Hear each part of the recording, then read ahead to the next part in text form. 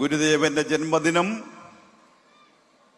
പൊതു അവധിയായി പ്രഖ്യാപിക്കണമെന്നുള്ള ഏറ്റവും ശ്രദ്ധേയമായ ഒരു പ്രമേയം ഇവിടെ സ്വാഗത പ്രസംഗം ജനറൽ സെക്രട്ടറി അവതരിപ്പിച്ചിട്ടുണ്ട്. നമ്മുടെ സംസ്ഥാന ഗവൺമെന്റ് ഉചിതമായ തീരുമാനമെടുക്കുമെന്നാണ് ഞാൻ പ്രതീക്ഷിക്കുന്നത്. അങ്ങനെ പ്രതീക്ഷിക്കുന്ന ഈ തിരുസന്നിധിയിൽ അത്തരമൊരു ആവശ്യം ഉന്നയിച്ചിട്ടുണ്ടെങ്കിൽ അത് നാളുകളിൽ നടക്കുമെന്നുള്ളതിൽ സഭയ്ക്ക് യാതൊരു സംശയവും വേണ്ട. അത് നടന്നിരിക്കും ഈ കേരളത്തിൽ. ആ നടക്കുന്ന വേളയിൽ ഈ കേരളം മറ്റൊരു ചരിത്രം രചിക്കുക കൂടി ചെയ്യുന്ന സുന്ദര സുദിനമായി അത് മാറുമെന്നുള്ളതിൽ സംശയം വേണ്ട. എന്തായാലും കേരളത്തിൽ മാറ്റി നിർത്താൻ കഴിയാത്തൊരു സംഘശക്തിയായി പ്രത്യക്ഷ ദൈവസഭ ചരിത്രത്തിന്റെ ഏടുകളിൽ ഇടം പിടിച്ചിട്ടുണ്ട്.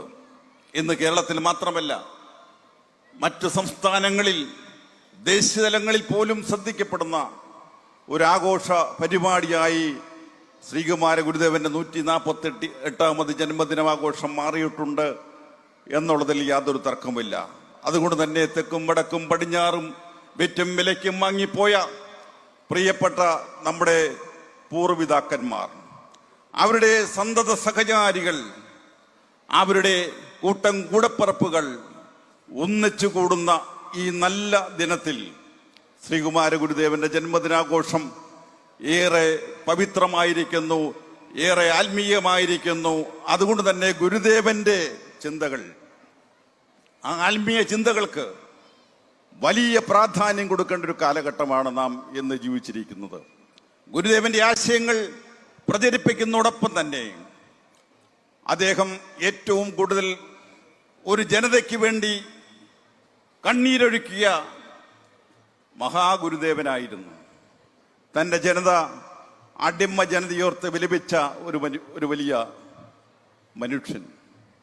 അദ്ദേഹത്തിൻ്റെ സ്വപ്നങ്ങൾ സഫലീകരിക്കുന്നത് ആത്മീയതയിലൂടെ സഫലീകരിക്കുന്നതോടൊപ്പം തന്നെ അടിയാള ജനവിഭാഗങ്ങളുടെ ഒരധികാരം നമ്മുടെ സംസ്ഥാനത്ത് രൂപപ്പെട്ടു വരേണ്ട ഒരു കാലഘട്ടം കൂടി അതിക്രമിച്ചിരിക്കുന്നു. അതിനും കൂടി സഭ നേതൃത്വം കൊടുക്കണമെന്ന് മാത്രം സൂചിപ്പിച്ചുകൊണ്ട് ശ്രീകുമാര ഗുരുദേവന്റെ 148ാമത് ജന്മദിനാഘോഷത്തിന് വീണ്ടും ഈ തിരുസന്നിധിയിൽ വരുവാനും ഗുരുദേവന്റെ ജന്മദിനത്തിൽ പങ്കെടുക്കുവാനുള്ള അവസരം തന്ന സഭയോടും സഭയുടെ പ്രമുഖരായ നേതാക്കളോടുമുള്ള അഗൈതമായ നന്ദി രേഖപ്പെടുത്തിക്കൊണ്ട് ഞാൻ ദൈവമായി വിശ്വസിക്കുന്ന, ഞാൻ ദൈവമായി ഹൃദയത്തിൽ ആരാധിക്കുന്ന ഗുരുദേവന്റെ 148ാമത് ജന്മദിനത്തിന് എല്ലാവിധ ആശംസകളും നേർന്നുകൊണ്ട് ഞാൻ അവസാനിപ്പിക്കട്ടെ. നിങ്ങൾക്ക് നന്ദി, നമസ്കാരം, ജയ്.